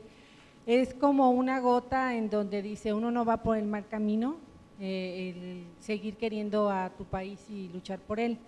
Yo tuve la fortuna de tener un padre que me inculcó mucho lo que es el amor a la patria. Entonces yo quisiera su punto de vista porque siempre que escucho una frase que me parece un poco malinchista, por decirlo así, me da en el hígado y escucho que la dicen en los radios y quisiera saber su punto de vista, que aquello de que España es nuestra madre patria, yo siempre he dicho, mi madre patria es México, México, Tenochtitlan, su historia, sus orígenes, sus indios, aunque yo sea González y sea blanca y alta, yo me considero 1000 veces mexicana y nada española, ¿sí? Entonces, esa frase la mencionan mucho, ya está en la televisión, hablan mucho de la madre patria, yo creo que eso no ayuda mucho a los mexicanos, porque la madre patria es donde naciste, aquí en México, y quisiera saber su punto de vista, su opinión respecto a eso. Claro. Y muchas felicidades y gracias por compartir sus conocimientos. Gracias, muchas gracias. Mire, ese término, yo no sé dónde fue acuñado, si allá o acá, muy probablemente allá, pues en una actitud un tanto soberbia incluso, ¿no? Somos la madre patria. Pues a lo mejor el padre patria, ¿por qué? Porque la realidad es que la primera estancia física y de género que hubo acá fue de conquistadores, no de conquistadoras, aunque también las hubo. Yo creo que en buena medida el ser del mexicano está definido precisamente por el carácter del aporte femenino a nuestra cultura. Absolutamente. Insisto, en la lectura de los huehuetlatolis nos damos cuenta de la sensibilidad, del sentimiento, de los valores que cargaron a nuestra cultura y tuvieron que ser, yo diría, necesariamente orientados por la mujer mexicana, y en ese sentido comparto con usted el criterio y la opinión. Tenemos esa carga femenina hermosísima en nuestra cultura que debemos reconocer. El aporte español, ya lo hemos dicho aquí en toda esta hora que llevamos, es innegable. Es absurdo negar que hay un aporte español, lo hay, y tenemos que reconocerlo y asumirlo, pero ciertamente nuestro ser nacional, nuestra cultura está, yo diría, es más, la conservación de nuestra cultura se debe mucho más a la mujer que al hombre en México. Y esto porque, bueno, si hablamos en términos culinarios, son las mujeres, los pueblos, muchos pueblos, se distinguen, se caracterizan en gran medida por lo que comen y cómo lo comen. Hoy UNESCO, hace 8 días, acaba de reconocer la comida mexicana como patrimonio intangible, cultural de la humanidad. ¿Y esto quién lo hizo? ¿El hombre? Pues hoy los famosos son los chefs, muchos hombres. La mujer, desde su cocina, en un trabajo sencillo, humilde. Y yo les digo, no solo lo hizo, lo sigue haciendo. Cuando llegamos a nuestras casas y nos recibe nuestra mujer con un invento, a veces afortunado y otras no tan afortunado, siguen haciendo cultura. ¿Y quién? ¿De dónde amamantan los hijos los valores primeros, la lengua, los sentimientos? De la mujer, no del hombre. Nuestra cultura, las culturas, pero fundamentalmente la nuestra, está fortísimamente cargada de rasgos, afortunadamente, de rasgos femeninos.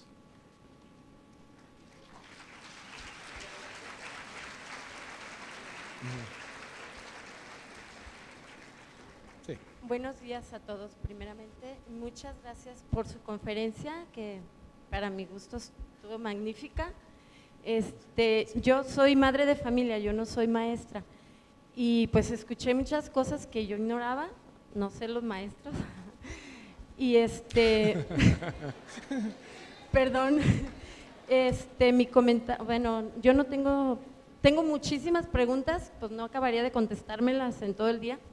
Mi comentario es de que yo soy de Zapotlanejo, y cuando mencionó lo de Calderón se me vino a la mente que va a haber el 17 de enero, si mal no recuerdo, hacen la representación en vivo ahí en Puente de Calderón. Los invito a todos y a su vez inviten, porque es muy bonito, se hacen en vivo y estoy muy nerviosa. Y si pudieran ir, pues, y usted nos podía hablar un poquito sobre eso sí se lo pediría. Sí, cómo no. De lo de la batalla de Puente de Calderón. Y otro comentario, de que en la Biblia dicen pues que también se inventó el primer apellido, que de Jesús les dice a Adán y Eva, Pérez serán. Fueron los dos primeros. Es todo, gracias. Que le dijo a Adán, si Gómez de esta, Pérez serán. Bueno, sí, el 17 de enero es una ceremonia muy hermosa, hay salvas, hay fuentes, hay luces, hay que llegar con mucho tiempo de anticipación, porque el año pasado, que fue el 199 aniversario de la batalla, pues esperaban 3,000, 4,000 personas y llegaron casi 20,000, entonces sí se generó ahí una problemática. Lleguen temprano si es que quieren ir y disfrutar de esta ceremonia bicentenaria de la batalla, derrota del ejército insurgente en el Puente de Calderón. Les voy a comentar algo que ahora me acordé, que antier me enteré en Guanajuato, ahí en la plática a los maestros de Secretaría de Educación en Guanajuato, que llegó un inspector y pues llega a una escuela, entra a un salón, sexto de primaria, y le dice a la maestra, oiga maestra, vamos a ver cómo andan aquí los niños en Historia de México, pues esto es el bicentenario. Y al primer chamaco ahí en el primer pupitre, al del frente, le dice, a ver niño, ¿quién quemó los portones de la Alhóndiga de Granaditas? No maestro, yo no fui, se lo juro, de veras que no. Oiga maestra, ¿usted qué opina de esto? Pues yo estoy de acuerdo, él es bien portado, tiene 10 en conducta. A ver, vamos a la dirección. Oiga, señor director, le estoy diciendo aquí al chamaco que quién quemó los portones, me dice que él no fue, le pregunto a la maestra y me dice que él es bien portado, ¿usted qué opina de esto? ¿Y saldrán muy caros? Bueno, dice que llegó más arriba, hasta los mera cúpula, y dijo, yo los pago, ¿verdad? La maestra. Bueno, no, esto simplemente como un... gracias. Bueno, pero después continuó el maestro y dice, bueno, pues vamos a ver otro aspecto y otro periodo de nuestra historia, a ver, niños. Dice, ¿quién? A ver la traducción cómo resulta, A ver, niños, ¿quién dijo el respeto al derecho ajeno es la paz? Nadie. Niños, ¿quién dijo el respeto al derecho ajeno es la paz? Y al fondo del salón, el único extranjero en el salón, japonesito, más. Niños, ¿quién dijo el respeto? Pues no tiene más que preguntar. Dice, a ver tú, Hiroshimito Takami. Fue Benito Juárez, el prócer de las Américas, el indio de Guelatao. Y en eso, malditos japoneses. Niños, ¿quién dijo eso? Y de inmediato Pepito, mi general MacArthur, maestra. Bueno, pues muchísimas gracias. Creo que hay alguna otra pregunta. Sí, bueno.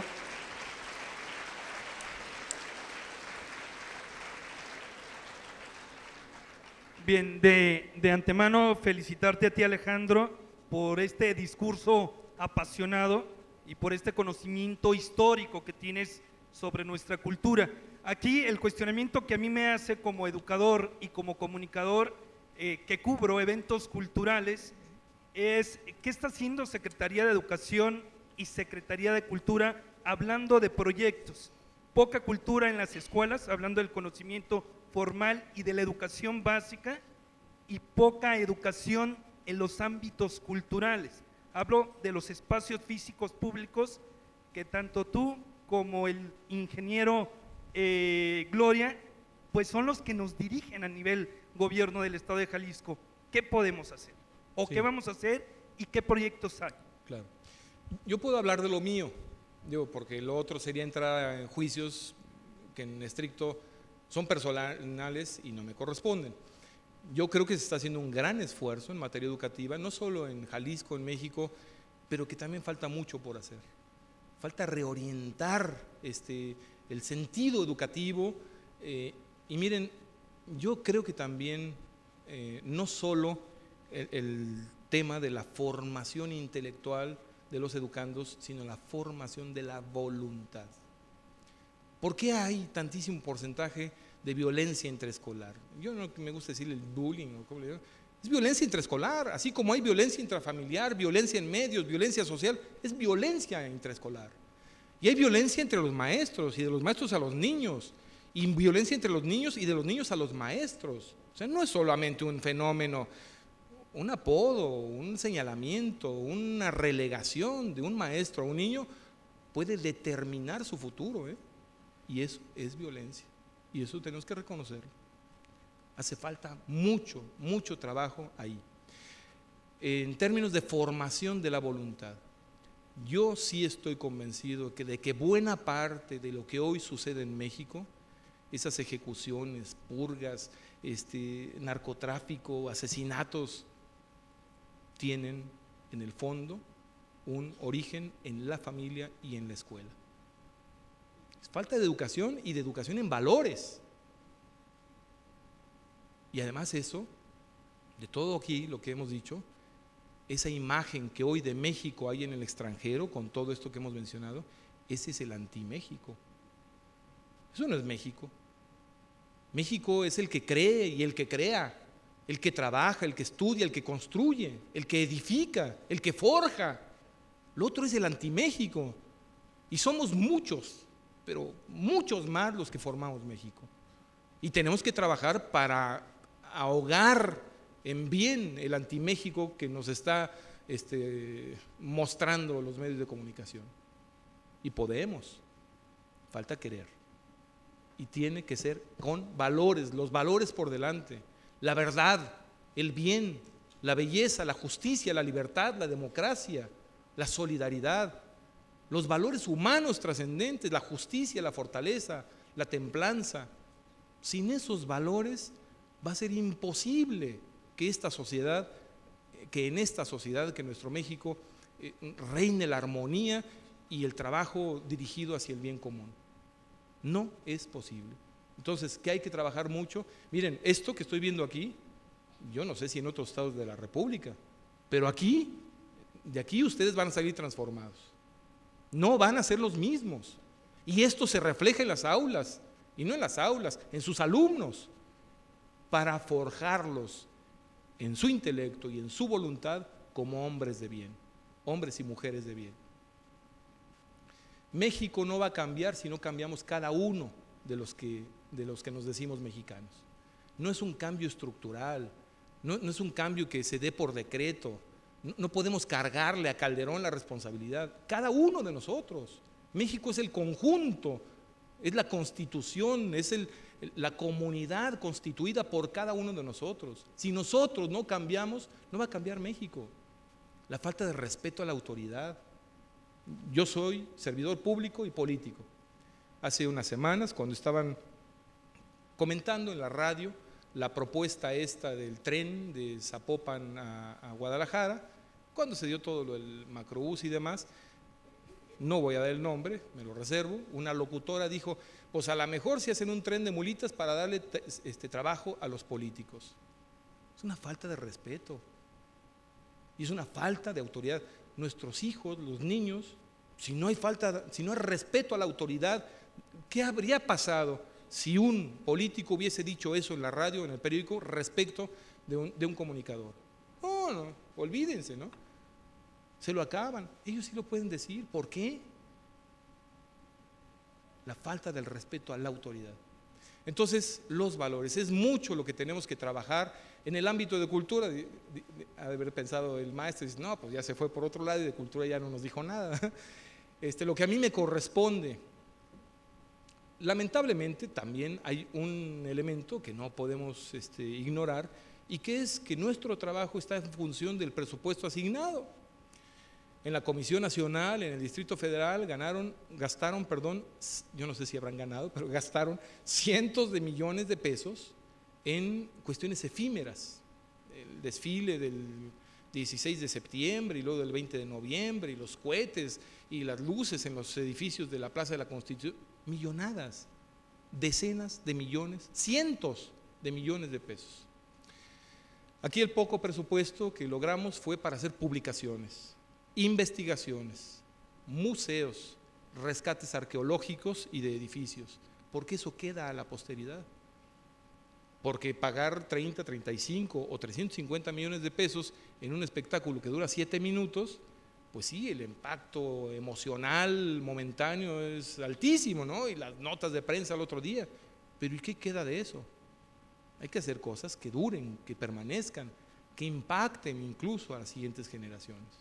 En fin, insisto, es mucho lo que se ha hecho con el poco recurso asignado y fundamentalmente en esta línea. Fíjense, de rescate del pasado histórico y de respeto a la verdad histórica. Se descubrieron, o ya se sabía que existieran, pero salieron a la luz una serie de documentos escritos por el obispo Cabañas. Este hombre, al que nunca se le hizo una escultura, un monumento en Guadalajara, hoy lo tiene en el Cabañas, mandamos fundir un bronce del padre Cabañas, simplemente porque construyó un edificio que hoy en términos arquitectónicos y estéticos es patrimonio de la humanidad, pero porque construyó en principios del siglo XIX, lo inauguró en enero de 1810, el mayor edificio construido durante 3 siglos en toda América hispana. Es decir, desde Uruguay, Argentina, Chile, hasta California, durante 3 siglos, nadie construyó un edificio como ese que él hizo para la realización. Era la Casa de Misericordia, dar de comer al que no tiene, de beber al que tiene sed, de enseñar al ignorante, vestir al desnudo. Era la Casa de la Misericordia.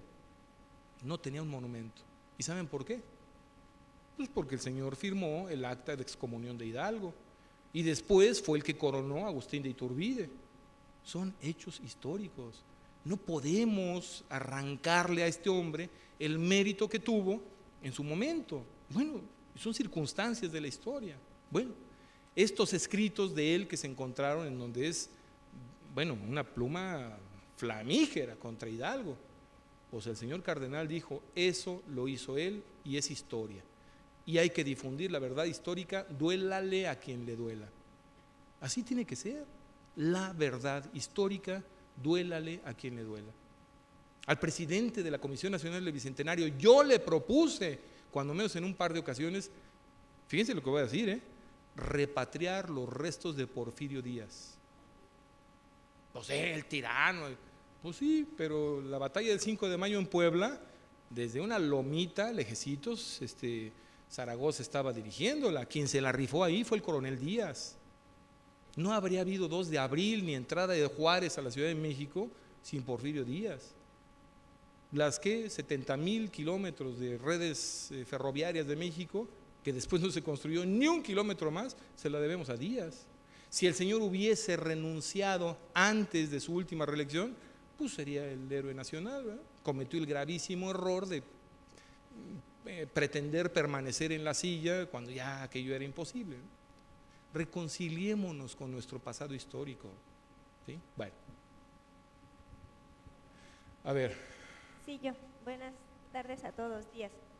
Precisamente partiendo de reconciliarnos y de hablar de luces y sombras de los historiadores, yo me di a la tarea también de investigar un poquito más acerca del México prehispánico, y mis fuentes actuales son León Portilla y el maestro Arturo Mesa, que está ahorita promoviendo bastante de sus libros. Y ellos mencionan también en relación precisamente a ese canibalismo que supuestamente existió en México, es que de acuerdo también a quien escribe la historia y de acuerdo a su propia historia e interpretación del mundo, escribían lo que sucedía en el lugar a donde iban. Y pues decían que al ver una olla tan enorme, una olla era para cocinar, pero la manera en cómo enterraban a sus muertitos, los antepasados, era en una olla semejante al vientre materno. Claro. Entonces interpretaron eso como que éramos, o bueno, en aquel entonces canibalismo, es lo que ellos mencionan. Y pues para mí eso me movió mucho el saber esto. Y otra cosa, cuando yo estaba en quinto de primaria, mi maestra me dijo que desollaban también a los perdedores. Y dentro de lo que es varios códices, en especial el Códice Borgia, se ve que se ve alguien como que trae supuestamente una piel de persona, y eso se refiere a que son los procesos de crecimiento del ser humano como si fuera un árbol. El árbol al crecer se le cae la piel, y el proceso de crecimiento, por ejemplo, de ser niño adolescente, adolescente adulto, ser niño, etcétera. Y se me hizo interesante también esa manera pues de explicar esto que yo aprendí dentro de la historia que usted también menciona. Claro. Como le digo, son estas fuentes las que yo he estado revisando y posiblemente hay otras. Claro. No me he metido mucho tampoco en la historia, pero se me hizo interesante también mencionarlo aquí. Claro, claro. Mire, yo creo que hay también un afán, y esto es natural, de tratar de reinterpretar, negar, ocultar lo negativo. Yo aquí lo he dicho, tenemos que asumirlo. Existió y tenemos que asumirlo. Había dos tipos de canibalismo en el México prehispánico. Uno, el que se daba en el Caribe. Todos los españoles que se quedaron en 1493, porque acuérdense que volvió solamente la Niña y la Pinta, la Santa María se hundió la noche del 24 de diciembre en la Hispaniola y dejaron con los palos que sobraron ahí unas chozas en donde quedaron un grupo de... Se los devoraron a todititos. Un canibalismo salvaje, de hambre. Y cuentan que hace poco todavía un caníbal iba con su hijo Canibalito por una de estas playas ahí desérticas de una de estas islas del Caribe hermosísimas y encuentran a una mujer hermosísima, ¿no? Una vikinga de 2 metros, y de inmediato el niñito caníbal: papito, nos la comemos. No, mijito, nos la llevamos a la casa y nos comemos su mamá. No, la realidad entonces, la realidad es esta, miren, otra frase de Octavio Paz. Octavio Paz verdaderamente tiene una riqueza extraordinaria. Dice: la arquitectura es el testigo insobornable de la historia. Punto. Lo que queda en la arquitectura, y yo diría la cultura, es el testigo insobornable de la historia. Estas figuras, es evidente que se trata de un pellejo vestido. Cuando los vemos por detrás es el zigzag, como si fuera una máscara, en la doble ojo, no es el crecimiento, punto. Están forrados con el pellejo del sacrificado. Tiene aquí otro zigzag, que es por donde le sacaron el corazón. Son esculturas mexicas que están en los museos, ahí están. O sea, no podemos cerrar también los ojos a una realidad negativa. Forma parte de nuestro ser. Entonces, aquel canibalismo, el que hablé de los indios acajes, fundadores del pozole y los del Caribe, y de los que habla Álvar Núñez Cabeza de Vaca en su hermosísimo libro de Naufragios y Comentarios, este hombre que atravesó el continente americano, arriba del trópico de Cáncer, desde prácticamente la Florida, desde el Mississippi hasta Sinaloa, que encontraba en muchísimas de las tribus, pues el terror principal que tenía es que se lo fueran a devorar. Las tribus que vagaban por el sur de Texas, por Coahuila, por Chihuahua, eran caníbales. Y sí, como eran nómadas, estorbaba para el trayecto un niño que naciera o que se enfermara o que sufriera alguna lesión, pues se lo comían. O un anciano, se lo comían, igual que en el Caribe. Y el otro, también aquí lo mencioné, el otro canibalismo que más bien sería, más que canibalismo, antropofagia, y era ritual, no era por hambre, era ritual, el de los mexicas, con el cuerpo de los sacrificados, a quienes les otorgaban un cierto grado de divinidad. Una Eucaristía macabra, es una realidad. Entonces, querer interpretar que es como el crecimiento y que como la corteza de los árboles, es querer tapar el sol con un dedo. Era una realidad y tenemos que asumirlo. Bueno, pues muchísimas gracias. ¿Hay más? Bueno, muchas gracias. Yo quisiera, o me inquieta mucho, la Malinche. Yo quisiera que usted nos aclarara o me diera su opinión. Muchas gracias. Gracias. Mire, la Malinche fue una mujer de su tiempo, inteligente, una mujer que era políglota, que al principio pues sabía maya y náhuatl, y precisamente por eso fue escogida como intérprete, porque cuando llega Hernán Cortés a las costas de Veracruz se encuentra con Gonzalo Guerrero, que había aprendido el maya, pues la vía de comunicarse con Moctezuma y con los mexicas era de Gonzalo Guerrero, del español al maya, del maya al náhuatl vía la Malinche, y de la Malinche o Malintzin o Doña Marina a Moctezuma y de regreso. Entonces, fue en primer lugar una mujer estratégica en la comunicación, el diálogo para la conquista de esta nación. En segundo lugar, le ha tocado jugar uno de los papeles más tristes, porque hoy nos es muy fácil hacer el juicio, pues es una traidora, desgraciada, traicionó a sus pueblos para entregarnos a los extranjeros. Pues la regalaron, era esclava, era una esclava de estos pueblos de aquí, y había sido regalada ahí en el Champotón, y de ahí se la regalaron a Cortés. Fue una mujer que vivió su realidad histórica y que también tenemos que entenderla en esos términos. El término malinchismo es igual, es un término que nos afecta. Hay que entenderla en su realidad histórica, en sus circunstancias personales. ¿Qué querían que hiciera frente a Cortés, ya regalada en terceras manos, ¿verdad? Que se negara a la traducción? Pues era una sierva, estaba a la servidumbre, al servicio de ellos. ¿Por qué? Pues para eso la habían regalado. El concepto de nación, además, en el mundo prehispánico no existía. Era un conjunto de pueblos que tenían una cierta unidad cultural vía la lengua, era precisamente el náhuatl, con 130 y tantas sublenguas o dialectos en 7 grandes familias, la del maya, mixteco, zapoteco, náhuatl, etc. Pero la realidad es que era un mosaico. Que ella hubiese dicho, no voy a traicionar a mi nación, pues ¿cuál era su nación? Se había pasado de una a otra como esclava. Su nación pues era el que le daba de comer. Punto. Yo creo que tenemos también que reivindicar la figura de esta mujer, de la Malinche. Gracias.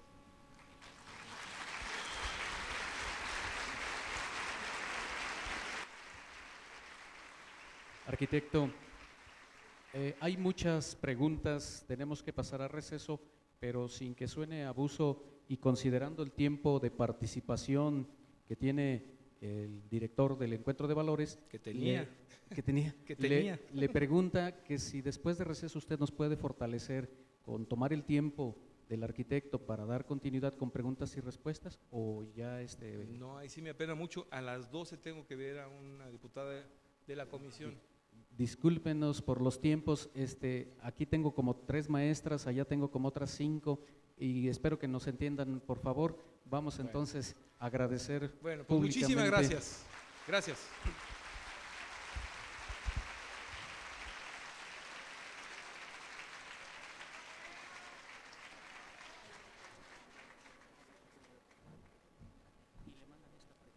Sí.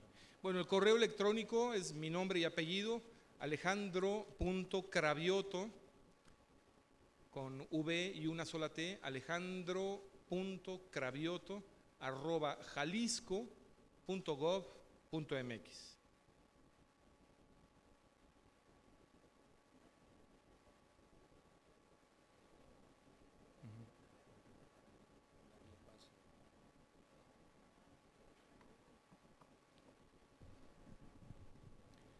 Bien, maestros, tenemos el merecido reconocimiento al arquitecto Alejandro Cravioto de manos del director del Encuentro de Valores, el licenciado José de Jesús Martín Mancilla, y su distinguida esposa, la señora Cecilia de la Torre.